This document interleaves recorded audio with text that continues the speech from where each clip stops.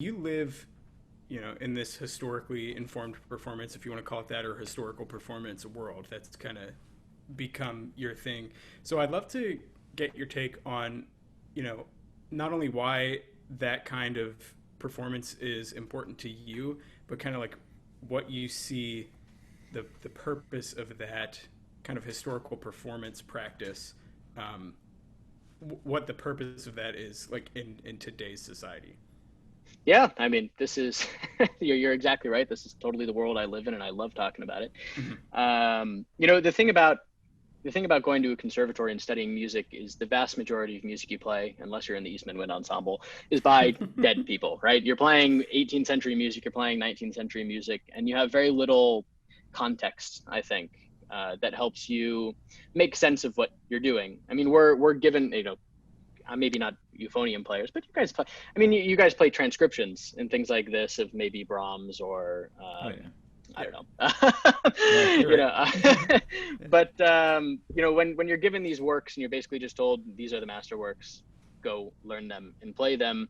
Eventually, you have to start asking yourselves, okay, why am I playing this music? What makes this music so great, and why aren't I playing the music of my time? Why, for instance, when I was playing the Mozart clarinet concerto on a Boehm system clarinet, it never felt comfortable to me. For some reason, it just never felt right. And maybe that's a personal problem. I mean, I know I know other people who have gone through the same sort of thing, but something about it felt awkward and uncomfortable and just a little bit cumbersome, kind of like I was trying to, drive a racetrack in a bulldozer, that kind of feeling.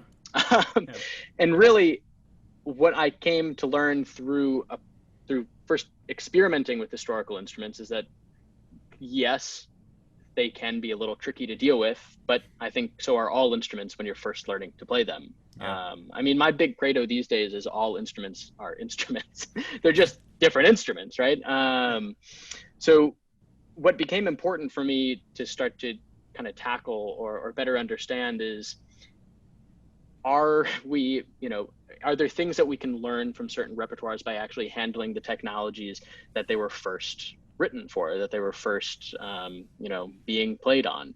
And for the clarinet world, I think it's extremely important. I think for all instruments, it really helps inform what you're doing. And I'm sure you guys are seeing the parallels, as we talked about earlier, in the brass band world, and just getting your hands on those original instruments. Mm-hmm. I mean, what it ultimately does, and there are all sorts of things that you can say about trying to dive into the sound world of the 18th century, the sound world of the 19th century. I definitely believe that quite a bit, that we are trying to experiment with these sound worlds. But what we're more so, I think, trying to do in historical performance is breathe a different type of life into the music that we're approaching. I mean, we're never going to know what the 18th century sounds like, right? We're never going to know what the world before 1880 sounds like when you start to get the first Edison recordings. We're just not going to know. It's impossible.